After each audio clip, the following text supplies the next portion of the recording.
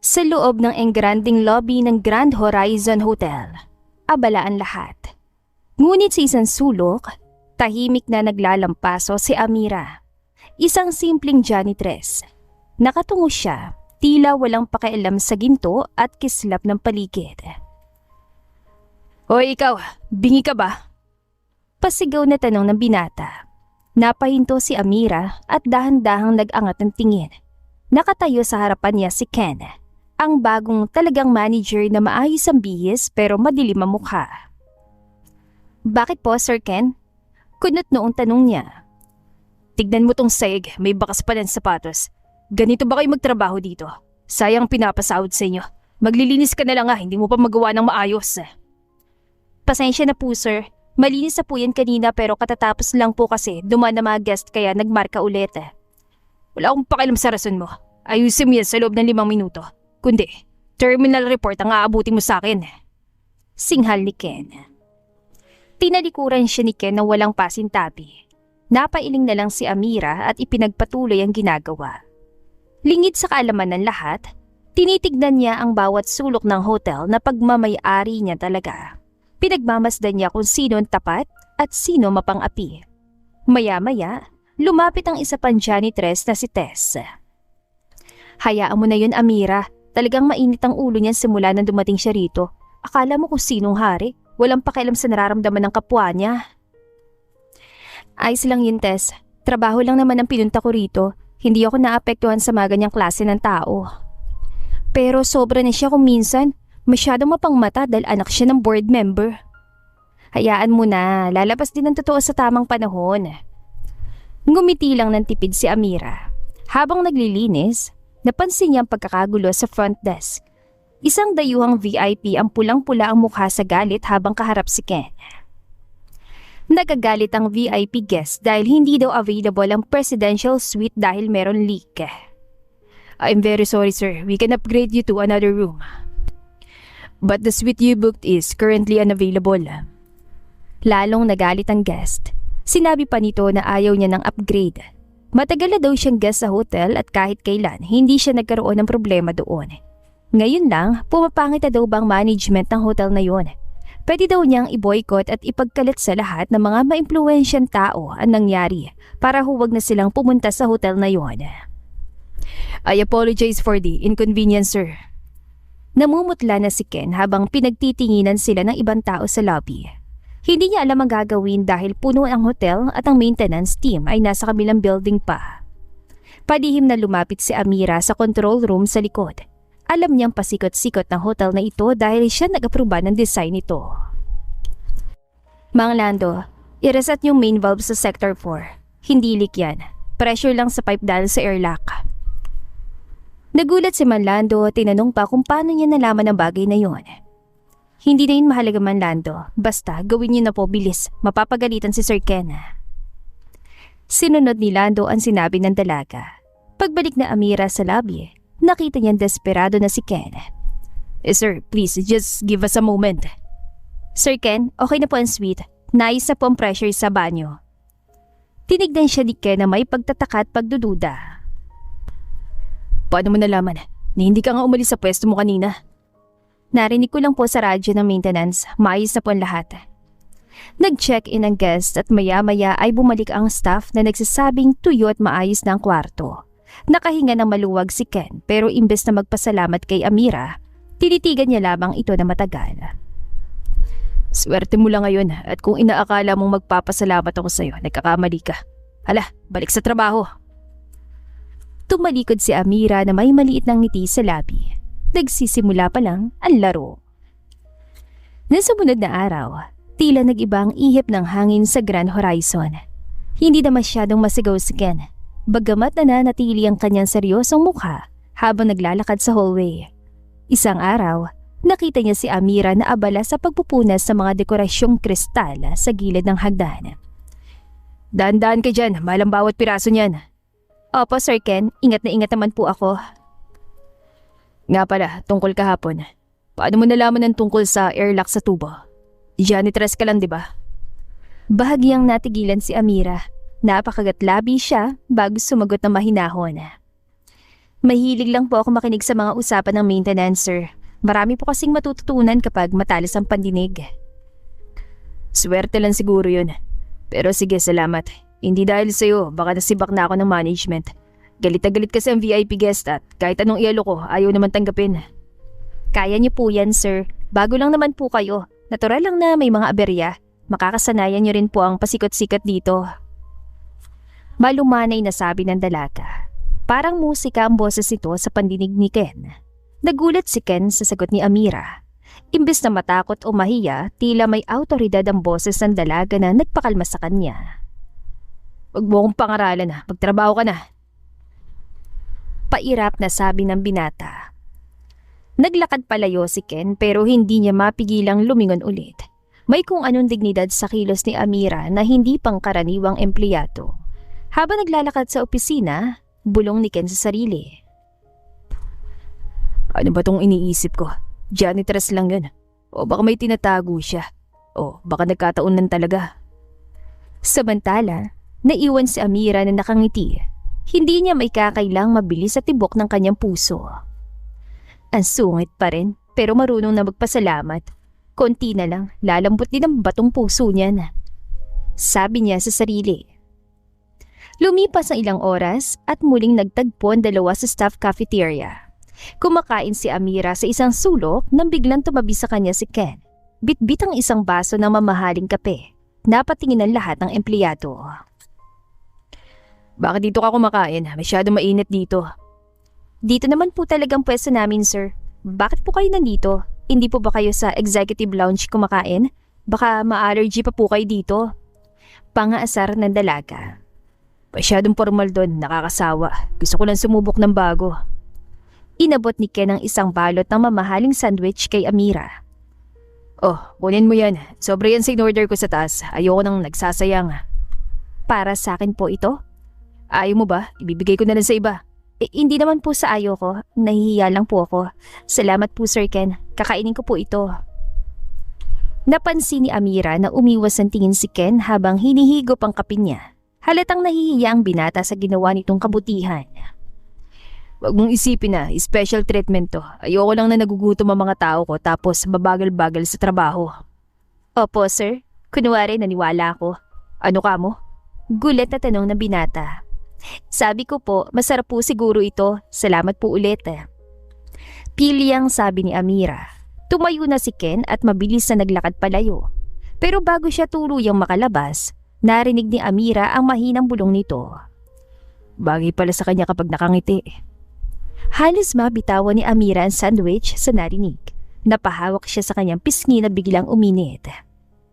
Hala, narinig ko ba talaga yun? Baka guni-guni ko lang. Hoy Amira, ano yung nakita ko? Si Sir Ken binigyan ka ng pagkain? Huwag ka maingay, Tess, baka may makarinig sa'yo. Kakaiba yun ha. Sa lahat ng empleyado rito, ikaw lang pinansin nun. May pagtingin ba sa yung boss natin? Malabo yun, manager siya, janitress lang ako sa paningin nila. Malayong agwat namin. Sa teleserye nga nangyayari yan eh. Malay mo, ikaw palang Cinderella ng Grand Horizon. Hindi naman nakakapagtaka. Maganda ka at sexy. Madaming nagugulat na janitress ka lang. Teka, bakit nga ba hindi ka nalaman nag-artista o kaya modelo? Usisa ni Tess. Hay nako Tess, puro ka talaga kalokohan. Napatawa na lang si Amira. Kung alam lang ni Tess na siya ang may-ari ng buong gusaling yon, baka himatayin ng kaibigan niya. Pero sa ngayon, mas nag-e-enjoy siya sa unti-unting pagbabago ni Ken. Nakakaramdam siya ng kakaibang kilig dito. Kinabukasan, laking gulat ng mga empleyado na makitang pumasok si Ken sa staff cafeteria, bitbit ang sariling tray ng pagkain. Hindi ito sa executive lounge dumiretso, kundi sa mesa kung saan mag-isang kumakain si Amira. Dito na ako kakain, masyadong maingay sa taas, maraming nagre-reklamo. Napatingin si Amira sa paligid, halos lahat ng mga mata ay nasa kanila. Sir Ken, baka ano pong isipin nila nakakahiya naman po sa inyo. Sino ba manager dito? Ako, di ba? Kaya kung saan ko gustong maupo, uupo ako. Supladong sabi nito. Nilapag ni Ken ang tray niya na may lamang steak at salad, habang ang kay Amira ay simpleng munggo at tuyo. Sandaling tinitigan ni Ken ang ulam ng dalaga. Ganyan ba talagang kinakain yung araw-araw? Tuyong isda. Masarap po ito, sir. Gusto yung tikman? Malinis naman po ang kutsara ko. Akala ni Amira ay tatanggi si Ken dahil sa pagiging pihikan nito. Pero laking gulat niya nang kumuha ang binata ng maliit na piraso ng tuyo at sinubo ito kasabay ng kanin. Hindi naman masama. Medyo maalat lang pero masarap naman pala. Bagay po yan sa kanin at saka pampagana po kasi yan, lalo na kapag may suka na maraming sili. Sige na nga, pero sa susunod, kumain ka naman ng masustansya. Baka himatayin ka habang naglalampaso. Ako pang managot. Natawa na mahina si Amira. Napansin niyang kahit pilit na nagtataray si Ken, hindi na ito kasing talas gaya ng dati. May kung anong saya siyang nararamdaman sa bawat subo niya ng pagkain. Bakit po ba kayo biglang naging mabait sa akin, Sir Ken? Dati po halos isumpa niyo ako sa dumi ng sahig. Parang puro mali ko lang nakikita ninyo.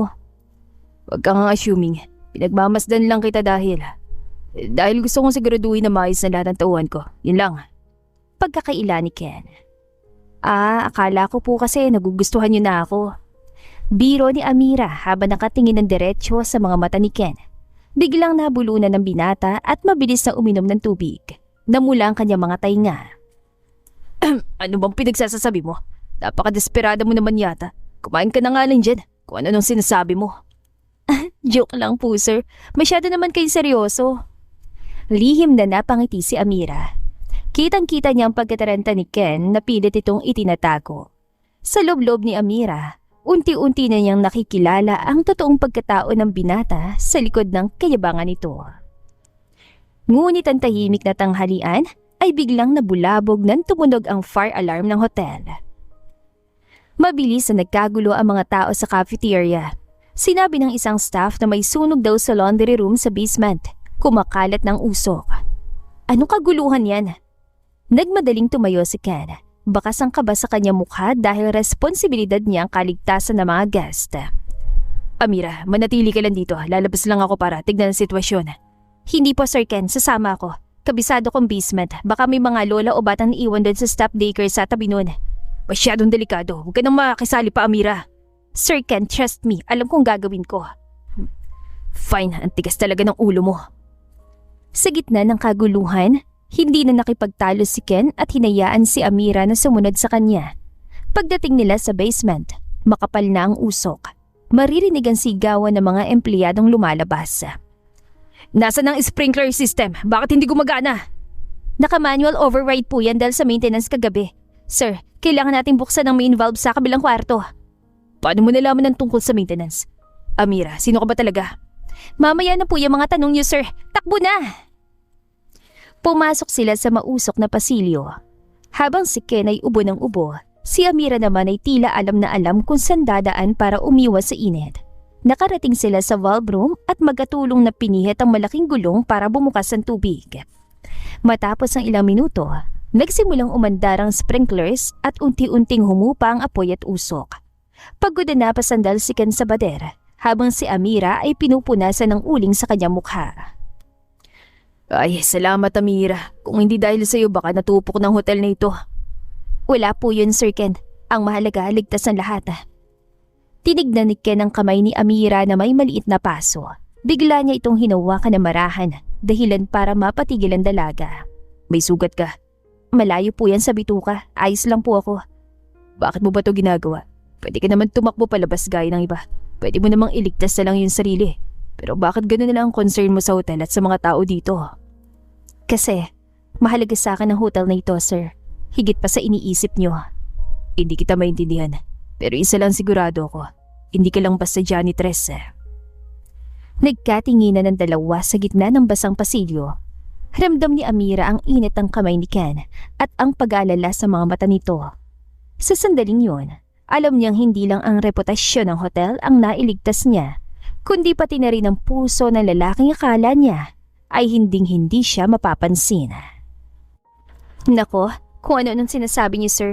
Tara, umakyat na po tayo, tignan natin ang lagay ng mga kasamahan natin. Ipagamot mo na rin yung kamay mo. Wala po ito, sir.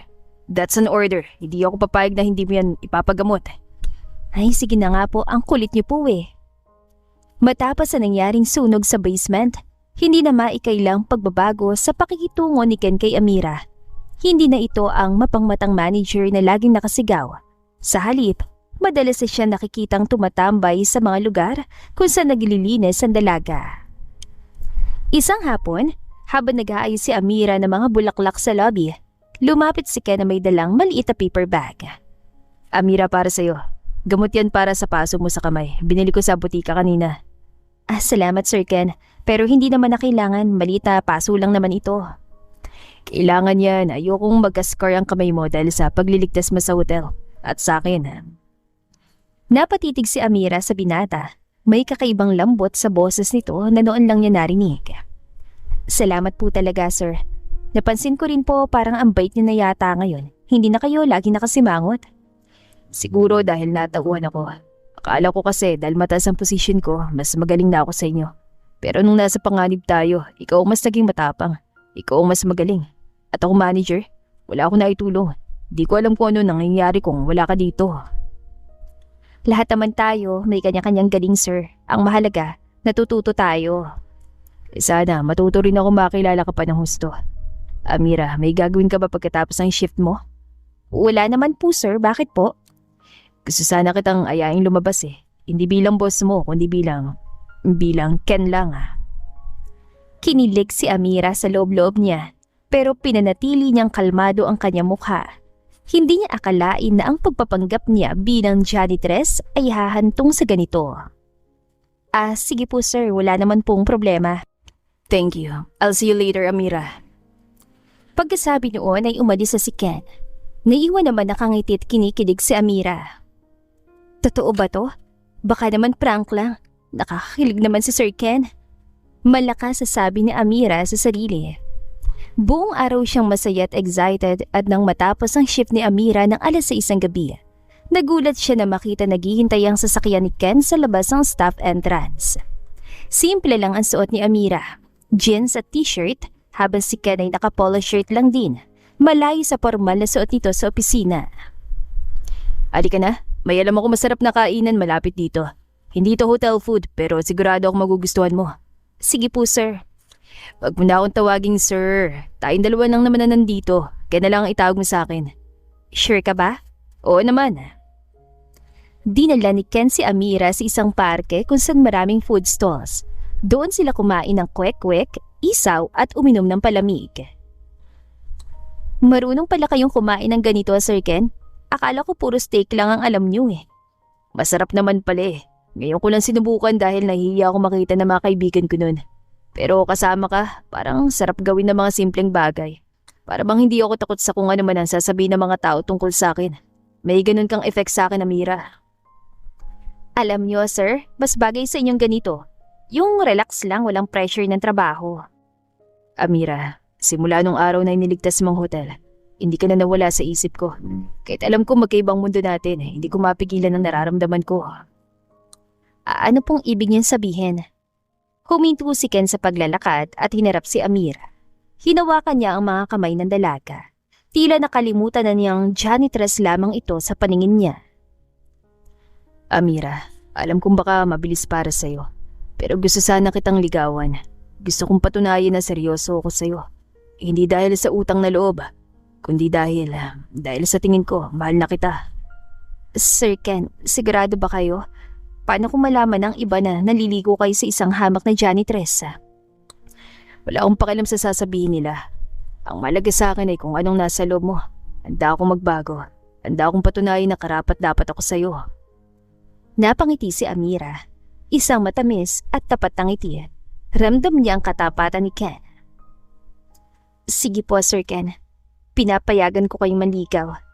Pero dapat maging handa kayo dahil baka magulat kayo sa mga malalaman niyo patungkol sa akin. Kahit ano pa yan, tatanggapin ko. Basta ba, bibigyan mo ko ng pagkakataon. Sa gitna ng maliwanag na parke at ingay ng mga tao, doon nagsimulang mabuo ang isang relasyong walang kinikilalang antas ng buhay. Hindi alam ni Ken na ang babaeng nililigawan niya ay ang mismong nagmamay-ari ng korporasyong pinagtatrabahuhan niya. Habang si Amira naman ay lalong nahuhulog sa lalaking natutong magpakumbaba para sa pag-ibig. Wala nang bawian ha. Pumayag ka na manligaw ako. Opo, Basta bawasan niyo na lang sana ang pagiging masungit sa ibang staff. Kung kaya niyo maging mabait sa akin, sigurado akong kaya niyo ring maging mabait sa kanila. May puso't damdamin din kasi sila. Minsan nasasaktan din sila sa pagsusungit niyo. I will do my best, Amira. Isang gabi, naisipan ni Ken na yayain si Amira sa isang date na matagal na niyang gustong gawin. Ang manood ng sine na parang isang normal na magkasintahan. Pinili nilang isang mall na medyo malayo sa hotel para makaiwas sa mga empleyadong baka makakilala sa kanila.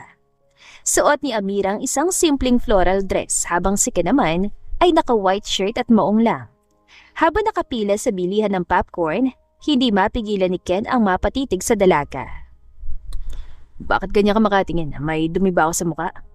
Wala naman, iniisip ko lang, ang gwapo mo pala talaga kapag hindi ka nakasuot at hindi nakakuntan noo. Ngayon mo lang nalaman? Akala ko ba kaya mo ko pinayagang maligaw dahil sa charms ko? Aba, filingero ka din oh. Kaya kita pinayagang maligaw dahil nakita ko yung kulit mo sa likod ng pagiging seryoso mo. Natawa si Ken at inakbayan si Amira habang papalapit sila sa counter. Miss, 2 malaking popcorn, isang cheese, isang sour cream, tapos 2 malaking iced tea. Wait Ken, ang laki naman yan, 2 lang tayo, hindi isang barangay. Hayaan mo na, mas masarap manood kapag maraming kinakain. Tsaka para hindi ka na lumingon sa iba, sa popcorn ka na lang tumingin. Siloso ka talaga, kahit sa pagkain nakikipagkumpetensya ka. Halakhak ni Amira. Nang makuha ang order, pumasok na sila sa loob ng sinihan. Pinili ni Ken ang pinakadulo at pinakataas na bahagi para mas solo nilang moment. Pag-upo nila, agad na kinuha ni Ken ang kamay ni Amira at pinagsalikop ang kanilang mga daliri. Ken, manonood tayo ng sine, hindi tayo maglalakad sa parke. Bitawan mo muna ang kamay ko, kukuha ko ng popcorn. Ayoko, gamitin mo yung kabilang kamay mo, basta itong kanang kamay mo, sa akin lang muna to buong pelikula. Ang kulit mo talaga. Sige na nga, para kang bata. Nagsimula ang pelikula, isang romantic comedy. Sa bawat nakakatawang eksena, sabay silang umalakhak. Pero sa mga seryosong parte, haramdam ni Amira ang paghigpit ng hawak ni Ken sa kanyang kamay. Amira, naalala mo ba yung unang beses na pinagalitan kita sa lobby? Yung tungkol sa mancha sa sahig? Oo naman, muntik na nga kitang hambalusin ng map noon. Biro ng dalaga. Sorry talaga. Kung alam ko lang na ikaw yung magiging buhay ko, sana tinulungan na lang kitang maglampaso noon. Sus, drama mo ah. Pero alam mo kahit masungit ka noon, may part sa akin na naintindihan kita. Alam ko kasing pressure ka lang sa trabaho at sa parents mo. Salamat dahil naging pasensyoso ka sa akin. Minsan naiisip ko, paano kung hindi kita nakilala? Eh di baka hanggang ngayon masungit ka pa rin at walang love life, baka puro trabaho lang ang inuuna mo. Siguro nga. Kaya laking pasasalamat ko sa janitress uniform mo. Dahil doon nakita ko yung totoong ganda na hindi nabibili ng pera. Hinarap ni Ken si Amira kahit madilim sa loob ng sinihan. Ang liwanag mula sa screen ay sapat na para makitang kislap sa kanilang mga mata. Amira, promise me one thing. Ano yon? Kahit dumating yung panahon na kasal na tayo, kahit matanda na tayo, ganito pa rin tayo ah. Magde-date pa rin tayo sa sinahan, kakain ng madaming popcorn, at hindi ko bibitawan ang kamay mo. Napaka-advance mo naman mag-isip. Pero sige, pangako Ken. Kahit uugod-ugod na tayo, sasamahan pa rin kita manood ng sine. Pero sa oras na yon, baka wala na tayong ngipin para sa popcorn. Natawa silang dalawa na mahina. Inihilig ni Amira ang kanyang ulo sa balikat ni Ken habang patuloy na pinapanood ang pelikula. I love you, Amira. Higit pa sa lahat ng hotel sa mundo. I love you too, Ken. Higit pa sa lahat ng map at floor wax sa mundo. Nagpatuloy ang gabi nila na puno ng lambingan at tawanan. Para sa kanila, hindi kailangan ng engrandeng party o mamahaling regalo para maging masaya. Sapat ng simpleng oras na magkasama, hawak ang kamay ng isa't isa, habang pinapanood ang sarili nilang kwento ng pag-ibig na mas maganda pa sa anumang pelikula. Isang hapon, habang nagtatawanan sina Ken at Amira sa lobby cafe, pagkatapos ng shift ng dalaga, biglang tumigil ang mundo ni Ken. Isang mamahaling sasakyan ang huminto sa harapan at bumaba ang mag-asawang Don Roberto at Doña Elvira, ang mga magulang ni Ken na may-ari ng ilang porsyento ng share sa hotel. Ken, What is the meaning of this? Bakit mo kasama ang babaeng ito? Tinignan ni Doña Elvira si Amira mula ulo hanggang paa. Suot pa rin ni Amira ang kanyang kupas na asul na uniforme ng janitress. May hawak pang basahan sa gilid. Ma'am, Dad, napadalo kayo. Sinisigurado ko lang na maayos ang service dito sa cafe. Sinisigurado o nakikipag-flirt sa isang hamak na janitress. Nakakarating sa amin ang balita akin na madalas ka raw sumasama sa mga tauhan sa baba. Hinawakan ni Ken ang braso ni Amira. Isang kilos na lalong nagpagalit sa kanyang ina. Bitawan mo siya, Ken. Nakakahiya. Tignan mo nga yung itsura niya. Amoy sabon at alikabok. Isang basurera sa paningin ng mga elite guest natin. Magandang hapon po, ma'am sir. Pasensya na po kung naabala kong anak niyo. Nag-uusap lang po kami tungkol sa trabaho. Trabaho? Anong trabaho ang pag-uusapan niyo? Kung paano maglampaso ng sahig? Huwag mo akong lokohin, babae ka. Alam ko mga galawan na mga katulad mo. Gusto mo maka-jackpot sa anak ko, di ba? Opportunista ka. Gold digger! Ma'am, sobra na yan. Amira is a hard-working employee. She even saved the hotel from a fire last week. Kahit pa iligtas niya ang buong Pilipinas, she is still a janitress, Ken. Hindi siya nababagi sa pamilya natin. Isa siyang mancha sa reputasyon mo bilang bagong general manager ng hotel na ito. Lumapit si Doña Elvira kay Amira at dinuro ito. Ikaw, babae. Magkano bang kailangan mo para layuan mong anak ko? Sabihin mo lang. Susulatan kita ng cheque ngayon din. Huwag mong pangaraping maging bahagi ng marangyang buhay na ito dahil hindi ka kailanman papasa sa panlasa namin. Nanatiling kalmado si Amira. Kahit sa loob-loob niya ay gusto na niyang matawa sa irony ng sitwasyon. Pero mas naigang awa niya kay Ken na pilit siyang ipinagtatanggol. Hindi po nabibili ng perang respeto, madam. At mas lalong hindi po nasusukat ang pagkatao sa suot na uniforme. Aba, sumasagot ka pa? Ken, tignan mo to. Wala talagang pinag-aralan. Bukas sa bukas din, fired ka na. I don't want to see your face in this hotel ever again. No, ma'am, dad. Hindi niyo pwedeng gawin yan. Ako manager dito. At kami ang naglagay sa iyo dyan, Ken. Kung pipiliin mo babaeng ito, kakalimutan ko nga na kita. Mamili ka. Ang posisyon mo at ang pamilya mo. O ang janitress na ito. Tumingin si Ken kay Amira, bakas ang sakit at kalituhan. Hinawakan ni Amira ang kamay ni Ken at marahan itong piniga. Sir Ken, ayos lang po ako. Huwag na po kayo makipag-away sa mga magulang niyo dahil sa akin. Hindi, Amira. Dad, ma'am, kung kailangan kong iwan ng lahat para lang mapatunayan na seryoso ako kay Amira, gagawin ko. Hindi ko kailangan ng posisyon na puno ng pangmamata sa kapwa. Nagulat ang mag-asawa sa sagot ni Ken. Namula sa galit si Doña Elvira. Fine, magdusa kay sa hirap. Tignan natin kung saan kayo dadali ng pag-ibig niya sa squatter area. Simula ngayon, hindi ka na namin anak. Babawiin ko lahat ng naibigay namin sa'yo. Wala kang utang na loob. Malungkot ang mukha ni Ken pero puno ng determinasyon. Dinukot niya ang wallet at iniabot sa kanyang mama-ama credit cards, debit cards at pati na rin ang ID na manager na suot niya. Pagsisisihan mo lahat ng ito. Nagmarit siya palabas sa mag-asawa. Iniwan silang dalawa na pinagtitinginan ng lahat. Humarap si Ken kay Amira, punong-puno ng pag-aalala. Amira, sorry sa mga sinabi nila. Hindi ko ayan saktan ka nila ulit. Bakit mo ginawa yun, Ken? Nawalan ka ng trabaho dahil sa akin. Nawalan pamilya mo. Nawalan lahat ang meron ka. Hindi baling mawala ng trabaho. Basta wag lang ikaw. Mahal kita, Amira. At gagawin ko lahat para protektahan ka. Napangiti si Amira. Isang ngiting may halong plano. Salamat, Ken. Huwag kang mag-alala. Bukas, sa board meeting, magugulat sila kung sino talagang kinalapan nila. Board meeting? Anong ibig mo sabihin? Gulat na tanong ni Ken. Basta, Ken, magsuot ka ng pinakamaganda mong suit bukas. Ako nang bahala sa lahat.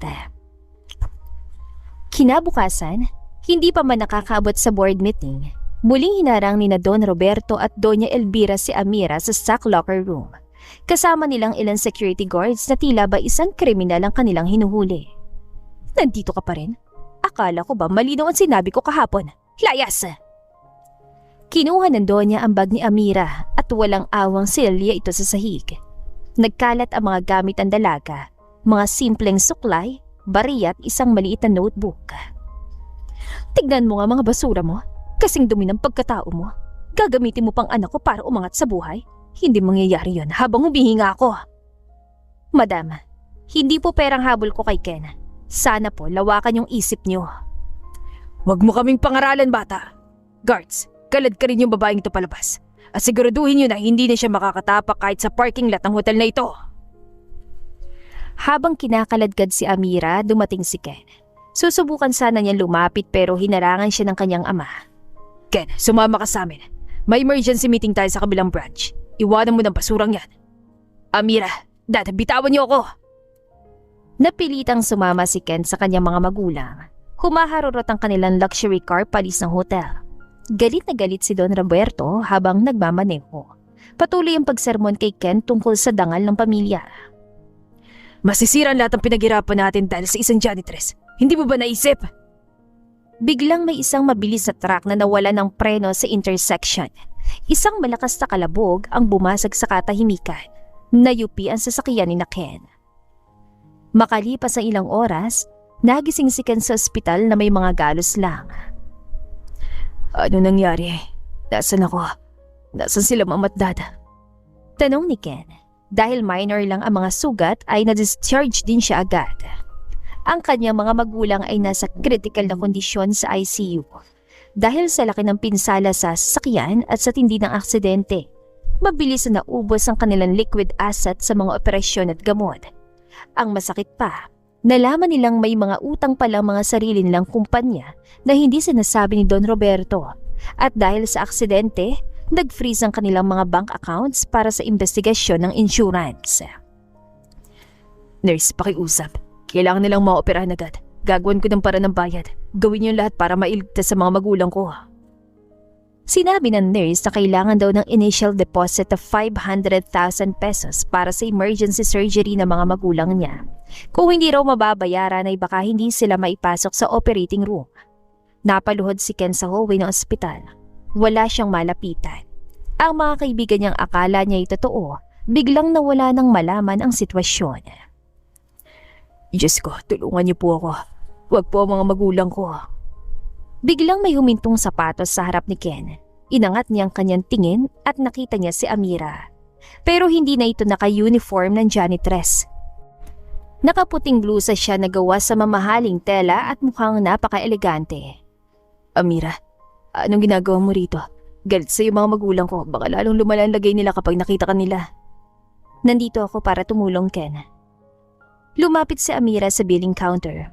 Kinuha niyang kanyang black card at iniabot sa cashier na walang pag-alinlangan. I-charge niyo lahat ng bills sina Roberto at Elvira. I-upgrade niyo sila sa pinakamagandang suite pagkatapos ng surgery. Siguraduhin yung pinakamagagaling na doktor ang titingin sa kanila. Kinuha ng cashier ang card at tinapos ang transaksyon. Tulala si Ken habang pinapanood ang tagpong yon. Hindi niya maintindihan ang nangyayari.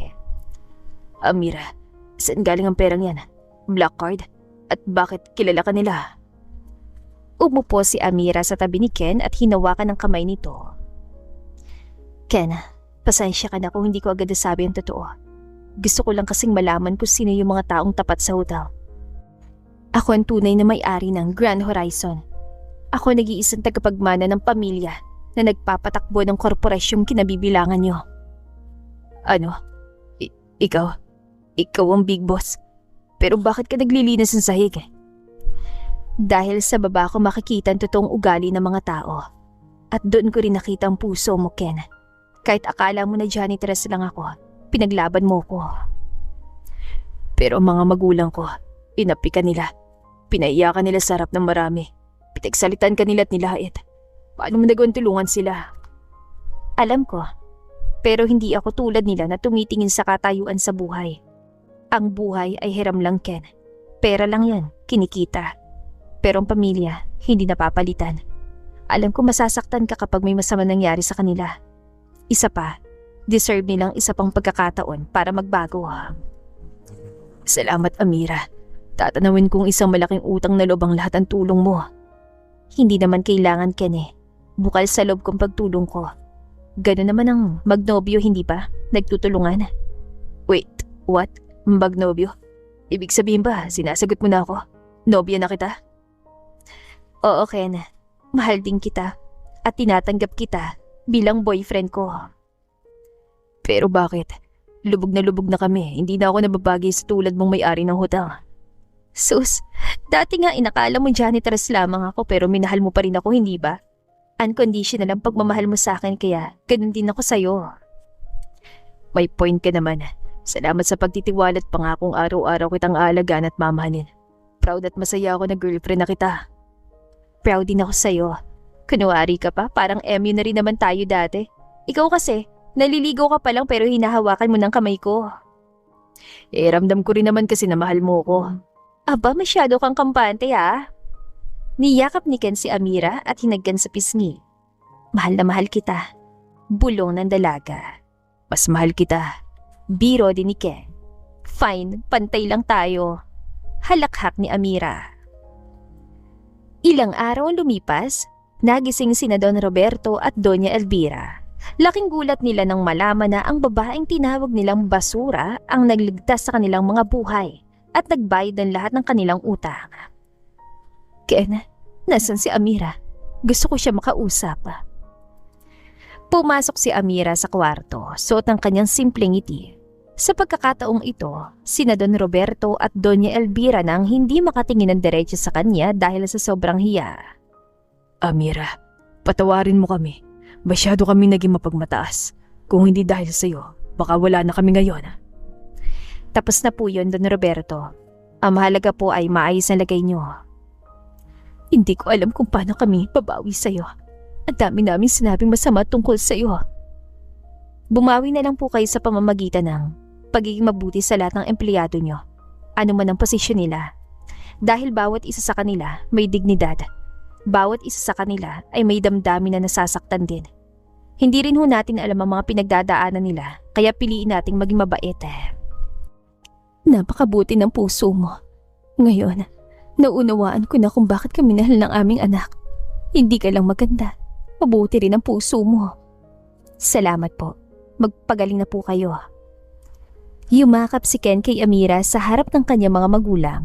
Sa pagkakataong ito, wala nang tumutol. Ang dating mapangmatang pamilya ay natuto ng pinakamahalagang leksyon. Na tunay na kayamanan ay hindi nasusukat sa laman ng bangko, kundi sa tibay ng pagkatao at laki ng puso. Paglipas ng ilang buwan, unti-unti nang nakarecover ang mga magulang ni Ken. Pero ang pinakamalaking pagbabago ay hindi ang kanilang kalusugan, kundi ang paraan ng pakikitungo nila sa mga empleyado ng hotel. Si Ken naman ay nanatiling manager, pero ngayon ay mas masigasig at may malasakit na sa kanyang mga tauhan. Isang gabi, sa rooftop garden ng Grand Horizon Hotel, nagpahanda si Ken ng isang simpleng dinner. Walang masyadong palamuti, tanging ang liwanag ng buwan at ang tanawin ng mga ilaw sa lungsod. Dumating si Amira na nakadress na simple lang pero lutang na lutang ang ganda. Akala ko hindi ka darating. Masyado ka na kasing busy sa mga board meetings ngayon.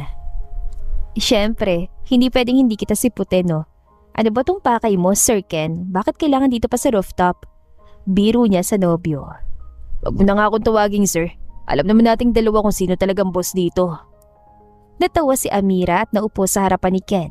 Napansin niyang seryoso ang tingin ng binata sa kanya. Amira, simula nung araw na nakita kitang nagwawali sa labi hanggang sa iligtas mong buhay ng mga magulang ko, wala na akong ibang hinangad kundi ang makasama ka. Hindi dahil sa yaman mo, kundi dahil sa puso mo na nakita ko nung akala ko janitress ka lang. Alam mo naman na hindi madali ang pinagdaanan natin, Ken. Maraming humadlang, maraming nang maliit.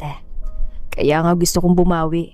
Gusto kong patunayan sa'yo na handa akong maging katuwang mo sa pagpapatakbo, hindi lang ng hotel na ito, kundi ng buhay natin.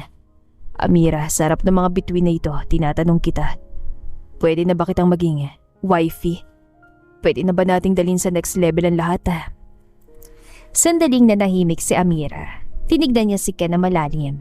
Nakita niyang katapatan sa mga mata nito. Ang pagbabagong pinaghirapan nito para maging karapat-dapat sa kanya. Akala ko hindi mo na itatanong Inunahan na kita sa isip ko kanina pa. Ibig sabihin ba nito, magpapakasal ka sa akin? Oo, Ken. Pakakasalan kita. Pero tandaan mo, kahit maging wife mo na ako pa rin ang owner. Kaya bawal ang tamad na manager. Maliwanag? Halakhak ni Amira. Nagliwanag ang mukha ni Ken.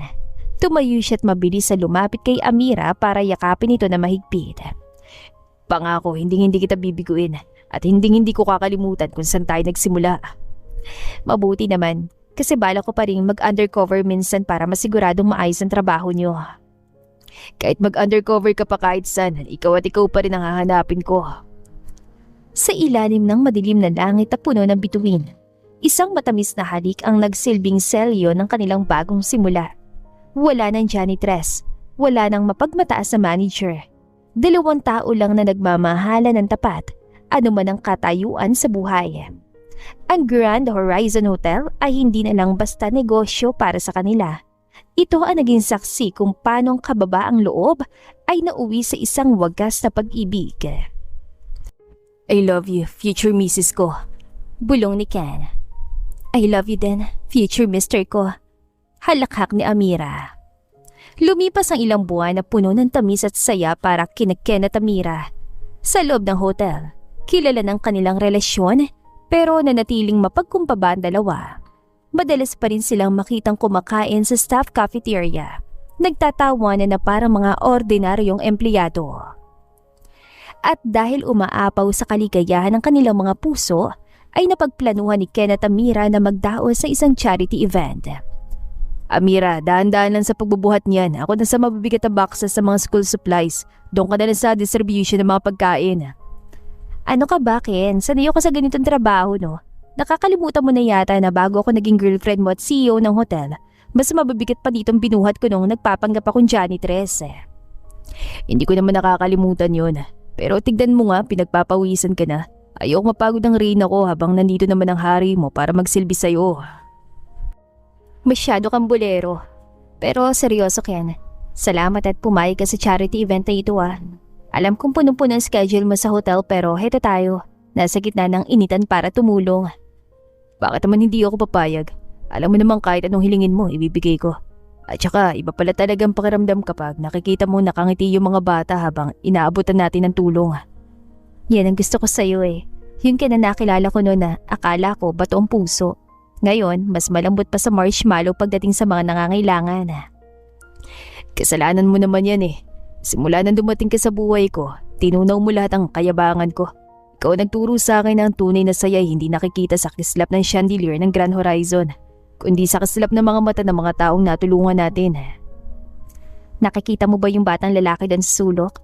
Yung kakatapos lang natin bigyan ng bagong sapatos? Parang ikaw siya, Ken. Mukhang matapang pero halatang masaya sa loob. Siguro nga. Pero mas gwapo naman ako doon ng konti, di ba? Halika nga rito, punasan ko yung pawis mo sa noo. Baka magkasakit ka pa, ako pang malalagot kila mami. Salamat, Ken. Alam mo, habang pinapanood kita kanina na nakikipaglaro sa mga bata, naisip ko na tamang-tama pala naging desisyon ko na subukin ka nun. Kung hindi kita sinubok, baka hindi natin nararanasan ang ganitong klaseng ligaya. Ako nga dapat magpasalamat Kung hindi ka nag-undercover, baka hanggang ngayon ay manager pa rin ako na walang ibang alam kundi manigaw. Salamat sa pagtitiwala sa akin kahit nung wala pa akong kwenta. Huwag mong sabihing wala kang kwenta. May kwenta ka, sadyang kailangan mo lang ng tamang direksyon. At heto tayo ngayon, sabay na naglalakad sa direksyong puno ng pag-asa. Wifey, pangako. Tuwing anibersaryo natin kahit anong special na araw, gagawa tayo ng ganito. Hindi lang puro party sa hotel. Mas gusto ko yung ganito, yung ramdam natin ang tibok ng puso ng mga tao. Paig ako dyan. Basta ba hindi ka magre-reklamo kapag pinagsuot kita ng simpleng t-shirt at maong ulit? Bagay naman sa'yo mukha kang bata. Kahit ano pang isuot ko, basta ikaw ang katabi ko, feeling ko ako yung pinakamayaman lalaki sa mundo. Hindi dahil sa pera, kundi dahil sa pag-ibig na binibigay mo sa akin araw-araw. Ang dami mong hugot ngayon Baka mamaya niyan, ikaw na mag-speech doon sa harap at maiyak ka pa. Bakit naman hindi? Proud ako na sabihin sa lahat ng asawa ko nagturo sa akin kung paano maging tunay na tao. Mahal na mahal kita, Mira. Higit pa sa maiisip mo. Mahal na mahal din kita, Ken. At asahan mo, hanggang sa pagtanda natin, hindi ako magsasawang samahan ka sa bawat charity, sa bawat pagsubok at sa bawat tagumpay. Alika na nga, tapusin na lang natin tong huling batch ng pamimigay para sa makapagpahinga ka na rin. Pagkatapos ito, ititreat kita ng paborito mong street food sa labas. Talaga? Isaw at kwek-kwek ba yan? Akala ko ba bawal na akong kumain nun, sabi mo. Special na araw naman ngayon dahil sa tagumpay ng charity natin. Sige na, basta konti lang at siguradong malinis yung bibilhan natin. Yay! Sabi ko na nga ba, hindi mo rin ako matitiis eh. Tara na nga, bilisan na lang natin para makaabot tayo sa tindahan bago sila maubusan. Dahan-dahan sa pagtakbo, baka matisod ka. Ito talaga parang bata kapag usapang pagkain na. Pero sige, hahabulin kita kahit saan ka pa pumunta. Isang gabi, dinala ni Ken si Amira sa garden area ng hotel kung saan sila unang nag-usap ng masinsinan matapos ang insidente sa basement. Naalala mo ba nung dito tayo unang tumambay? Takot na takot ka pa sa akin nun. Anong takot? Ikaw yata itong mukhang laging kakain ng tao sa sobrang sungit. Aminado naman ako. Pero tignan mo ngayon, eto ako. Sunod-sunuran na si janitress na bumihag sa puso ko. Bolero ka talaga. Pero seryoso Ken, masaya ako na nagbago ka. Hindi lang para sa akin kundi para sa sarili mo. Hinawakan ni Ken ang pisngi ni Amira at hinalikan nito sa noo. Salamat sa pagtitiwala, Amira. Ikaw ang nagturo sa akin ng tunay na halaga ng tao ay wala sa posisyon.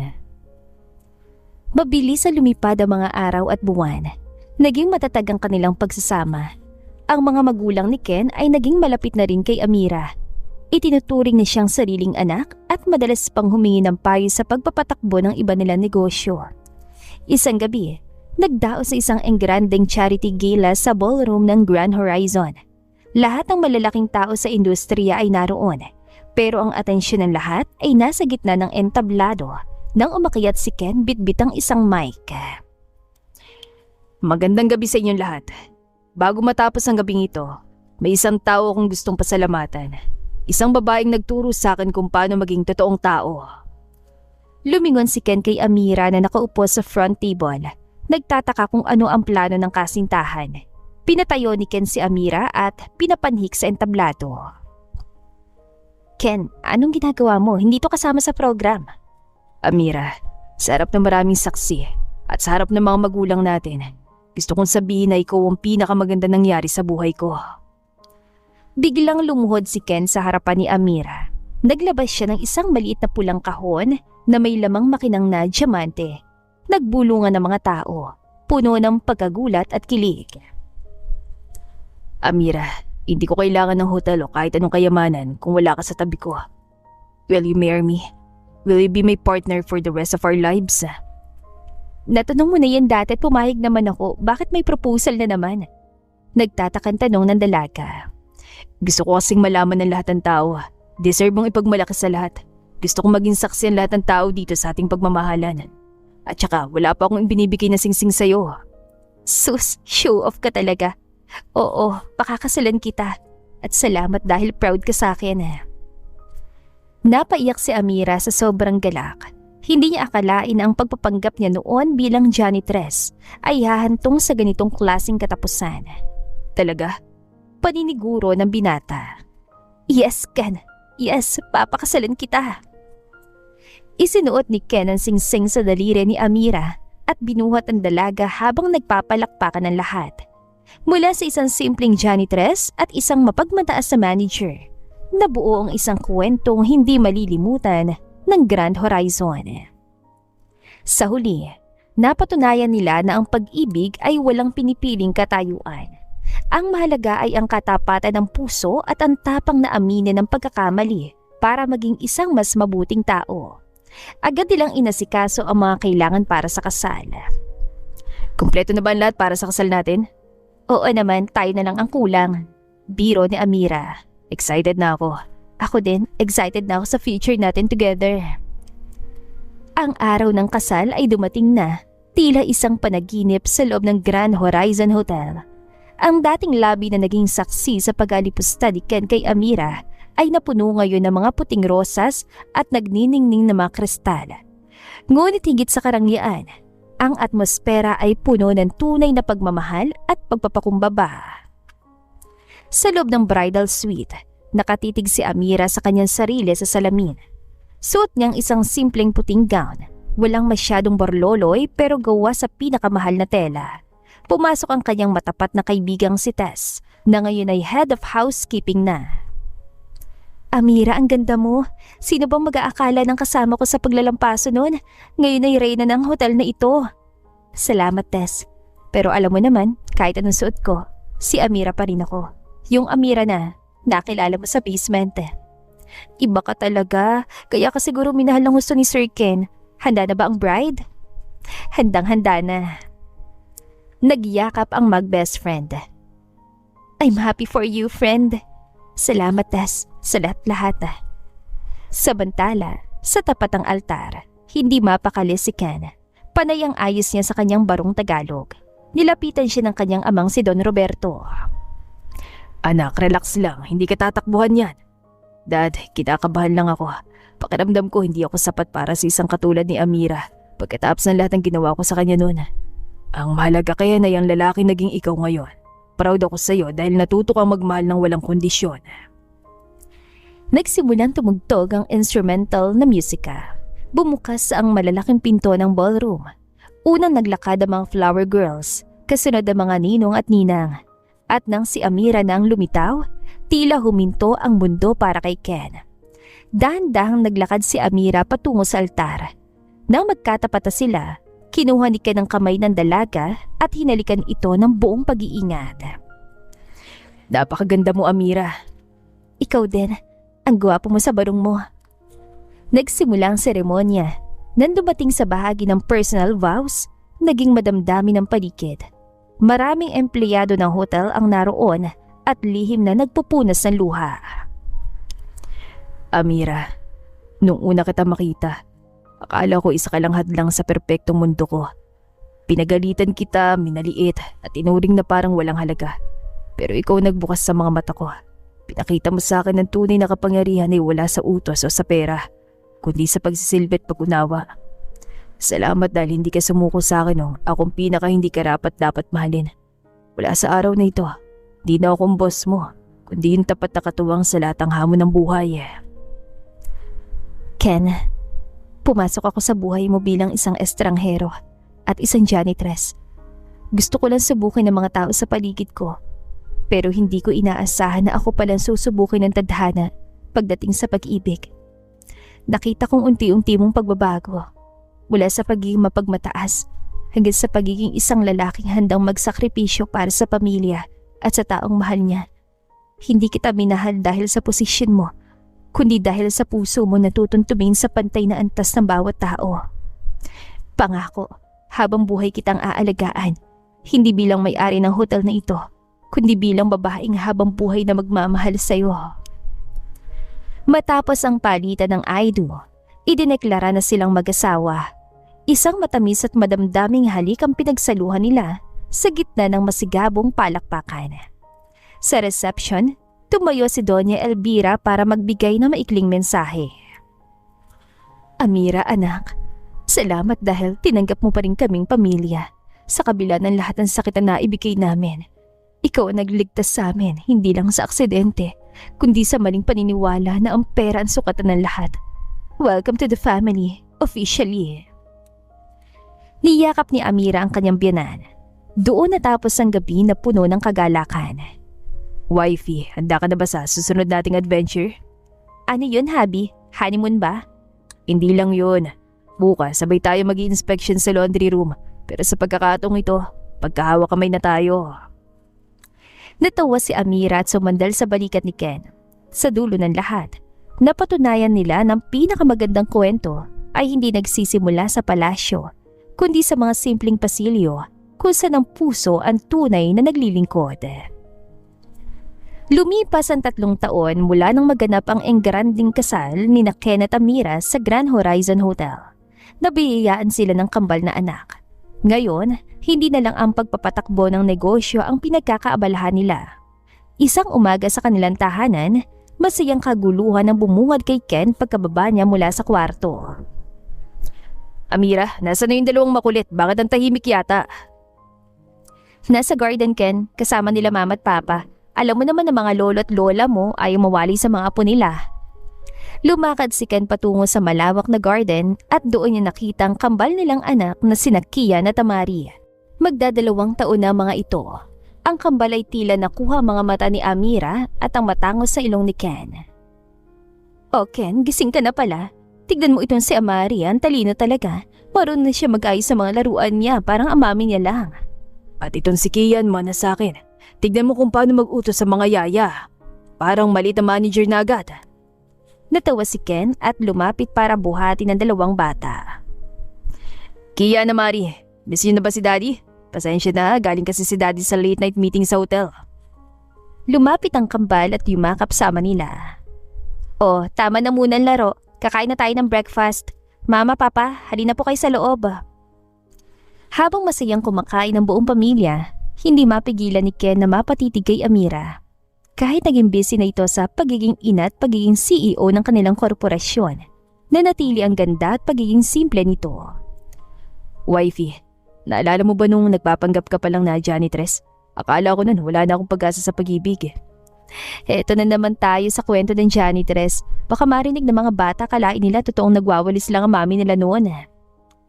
Bakit? Totoo naman Pero dahil sa walis na yun, na buong pamilyang ito, hindi mo ako sinubukan, baka hanggang ngayon mapagmatas pa rin ako.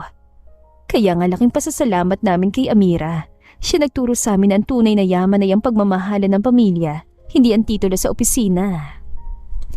Matapos ang almusal, naiwang mag-isa sila Ken at Amira sa terrace habang ang kambal ay abala sa panonood ng cartoons kasama ang kanilang mga lolo at lola. Amira, thank you. Para sa naman yan, Habi? Bigla ka na naman nagiging emotional. Thank you kasi binigyan mo ko ng ganitong kasayang pamilya. Dati ang akala ko ang buhay puro trabaho at pera lang. Pero nung dumating ka, doon ko lang naintindihan kung anong ibig sabihin ng totoong tagumpay. Alam mo Ken, noong nag-undercover ako, ang plano ko lang talaga ay tignan ko sino yung tapat sa trabaho. Pero hindi ko akalain ang pinakamalaking reward na makukuha ko ay ang lalaking handang magbago para sa akin. At ngayon, may kambal pa tayo. Minsan iniisip ko, ano kayang sasabihin nila Kian at Amari kapag nalaman nilang love story natin? Sasabihin ko sa kanila na ang daddy nila ay isang monster manager noon na napaamo ng isang janitress. Grabe ka naman sa monster. Strict lang naman ako noon, pero seryoso Amira. Gusto kong lumaki ang mga anak natin na may malasakit sa kapwa. Ano man ang katayuan sa buhay. Yan din ang gusto ko. Ayokong lumaki silang mapagmatas dahil lang sa yaman natin. Gusto ko silang matutong maglingkod at rumespeto sa lahat, gaya ng ginawa mo nung pinili mo ko. Inakbayan ni Ken si Amira at sabay silang pinanood ang kambal na masayang naghahabulan sa loob ng bahay. Pangako wifey, gagawin ko lahat para maging mabuting ama sa kanila at mabuting asawa sa'yo. Hindi ko makakalimutan ang aral na itinuro mo sa akin. Alam ko Ken, at alam ko magiging magaling silang leader balang araw dahil meron silang tatay na marunong magpakumbaba. Hinalikan ni Ken si Amira sa noo habang ang sikat ng araw ay tumatama sa kanilang masayang tahanan. Ang Grand Horizon Hotel ay patuloy na lumalago, pero para sa kanila, ang pinakamalaking investment at tagumpay na nakamit nila ay ang wagas sa pag-ibig na nagsimula sa isang simpleng pagpapanggap at ngayon ay nagbunga ng isang pamilyang puno ng saya at pag-asa. I love you, my janitress queen. I love you more, my manager king. Sa bawat tawa ni Kian at Amari, alam ni Ken at Amira na ang kanilang kwento ay hindi lang nagtapos sa happily ever after, kundi ito ay simula pa lang ng mas marami pang taon ng pagmamahalan, pagpapakumbaba at tunay na ligaya na walang katapusan. Isang maliwalas na umaga sa mansyon, abala si Amira sa pag-aayos sa mga papeles para sa susunod na board meeting ng hotel. Katatapos lang nilang mag-almusal ni Ken at ng kambal nang bigla siyang mapahawak sa mesa. Umikot ang paligid at tila nawala ng lakas ang kanyang mga tuhod. Ken, sandali lang. Wifey, bakit? Namumutla ka yata. Agad na dinaluhan ni Ken ang asawa bago pa man ito tuluyang mabuwal. Pawis sa pawis si Amira at hinahabol ang kanyang hininga. Nahihilo lang ako, baka kulang lang sa pahinga dahil sa dami ng inaasikaso sa Grand Horizon. Hindi, iba yan ha. Manang, tawagin sila mami at daddy. Dali natin si Amira sa ospital.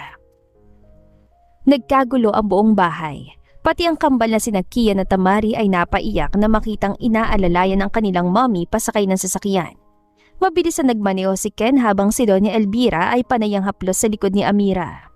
Huwag kang mag-alala anak, baka pagod lang talaga yan sa kakacheck ng mga reports. Ken, dahan-dahan lang sa pagmamaneho. Amira, huminga ka ng malalim. Pagdating sa ospital, Agad na isinailalim sa pagsusuri si Amira. Hindi mapakalisikan sa labas ng ER. Pabalik-balik siya sa paglalakad. Tila binibilang ang bawat segundo. Kasalanan ko to. Masyado ko siyang hinahayang magtrabaho kahit sinasabi ko nang magpahinga siya.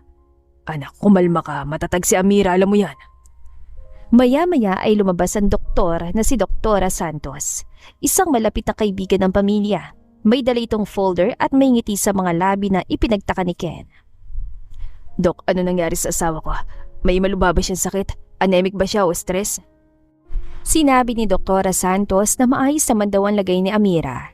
Nagkaroon lang siya ng tinatawag nating morning sickness at fatigue. Morning sickness?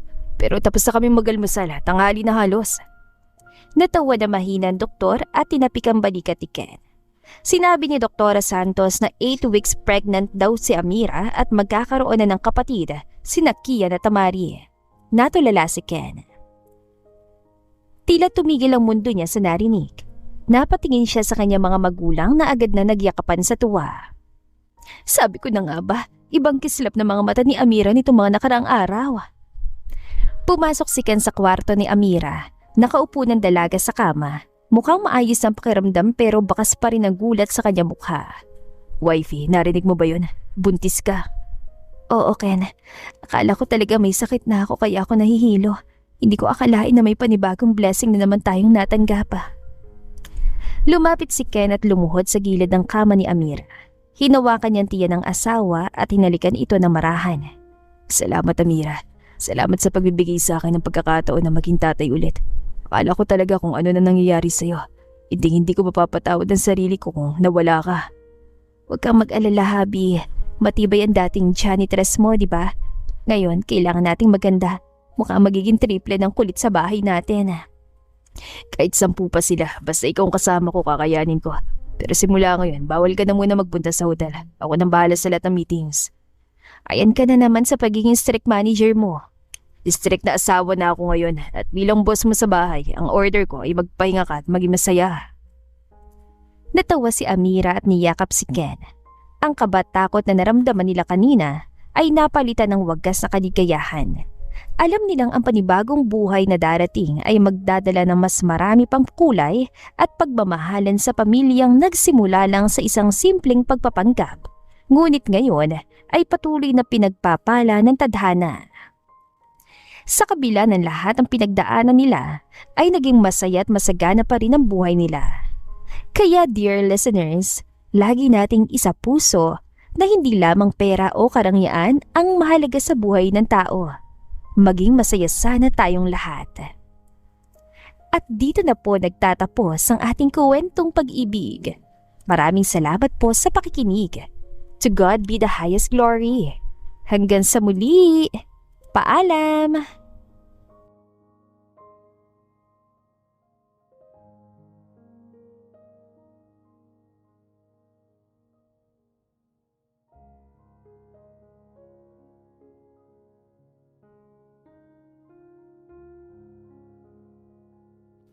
Presbyteros Rose, Maria Evangelista, Eli Evangelista Anderson, Marisa de los Reyes of Saudi Arabia, Conchita Alos Rage, Ana Flor Saico, Christian Fidelino, Judith Castro, Beth Sardina, Jelly Tampos, Fatma Mansul, Senenor Zame, Flor Cabrera of Santa Rosa, Laguna, Liliano Bebe,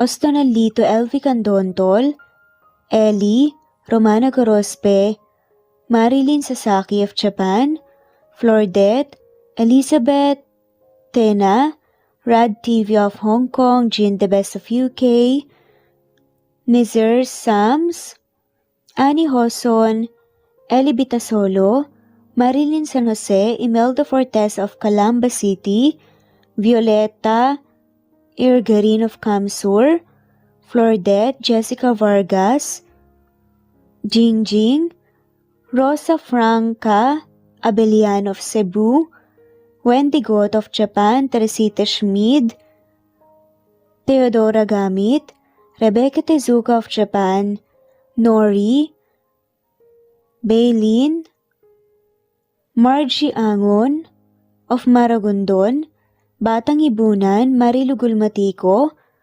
Leda Dapito, Geraldine Ana Victoria Linley of Macau, Marites Nitura, Reynante Salamanya, Pasita Eliazar, Jingjing Nazareno, Gina Monge, Rosemary Vasquez, Mercy Villantes, Freda Reyes, Teresita Loida Gabas, Christian Fidelino, Ellie, Wilma Dargantes, Teresita de los Santos, Teodora Gamit, Rosemary, Romana, Leonisa, Kidim, Jean Debes, Eddie Codillian of Winnipeg, Canada, Flor, Ellie, Emily, Elila, Merlin, Leonisa Azotes, M. Season Vlog, Princess Rocker, Emma Gura,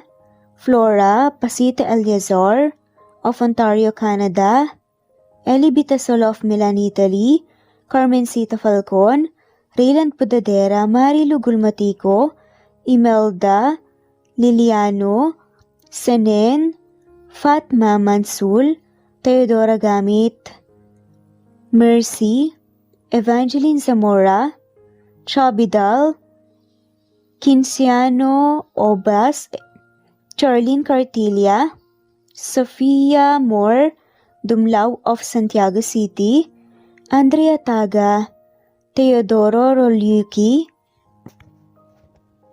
Ligaya Calvo, Maria Teresa Rosendo Corpin, Ida Rojas, Stephanie Arroyo, Kidim, Bonifacio Quinzon, D.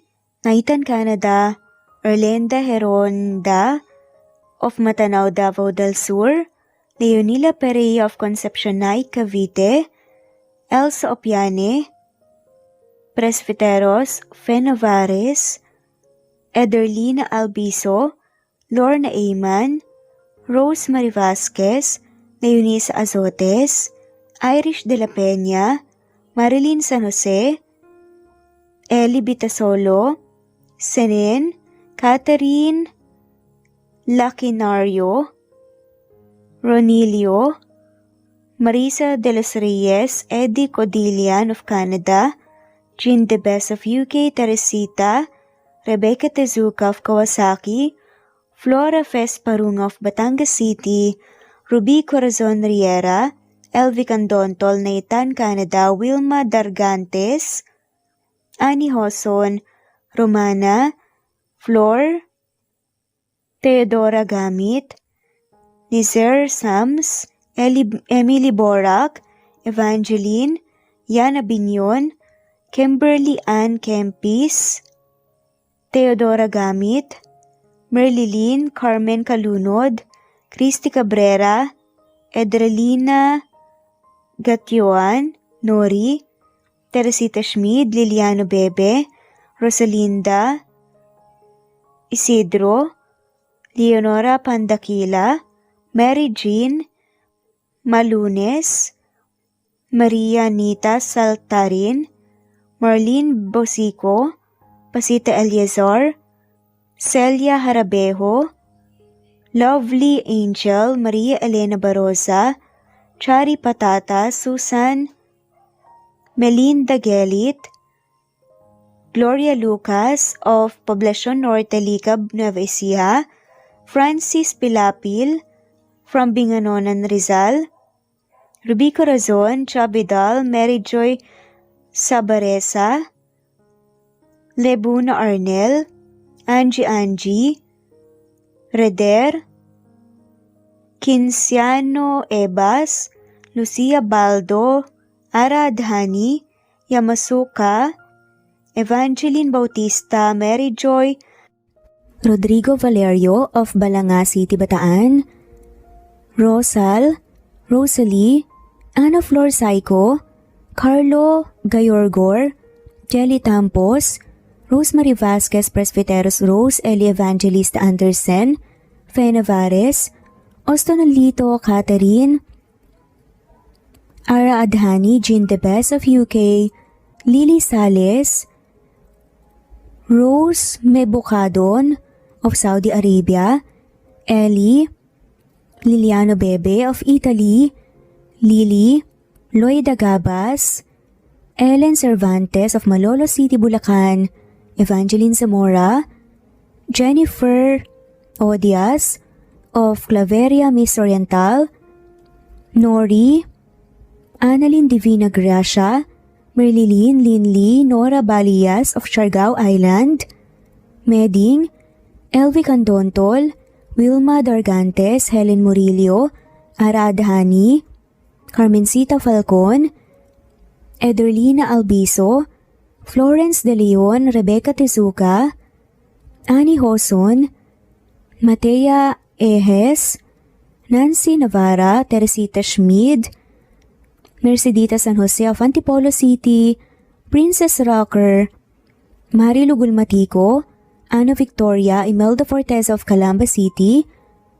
Jan Lulete, Batang Ibunan, Pinay, Elsa Kimura, Fatima, Ellie Ramirez of Caloocan, Liliano, Saida, Flordette, Helen Murillo, Jelly Tampos, Senen Orzame, Elaila, Leonisa Azotes of Bacolod City, Pasita Eliazar, Romana Gorospe, Flor Cabrera of Laguna, Carmencita Falcon, Ronilio, Conchita Alcos, Rosemary Vasquez, Eli Bitasolo of Milan, Italy, Marilyn San Jose, Fe Navares, Annie Hoson, Evangeline Zamora, Imelda Taay, Charlene Cartilia, Julieta Hermosura, Elvi Candontol, Teresita Schmid,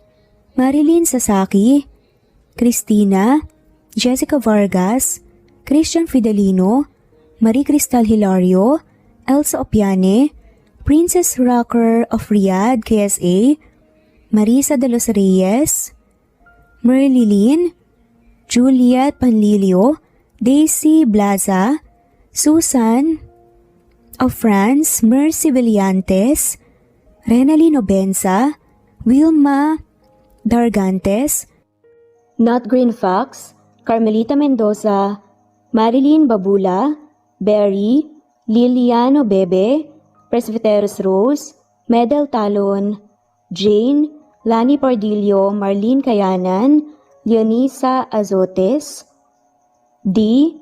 Marie Ramos, Araceli Lilio Saria, Miras Channel, Raquel Epe, Gina Tutor, Jane Hartley, Sunshine Sotalbo, Maricel Cabigon, Merlin Baroza, Gina Marayo, Merlin Rodel Obejero, Hans, Cecilia Comoda, Tahan Vlog, Merlin, Kuya Atok, Maria Merly Brogada, Marilu Cabantak, Filipina, Eileen, Mercedita San Jose, Lovina Galang, Lilian, Teresita de Jesus, Monina Aviles, Yula Pedrona, Romana Gorospe, Rosemary Vasquez, Marley Lazaraga, Leonisa Azotes, Jocelyn Tancinco, Estelita Mahia, Ding Lege,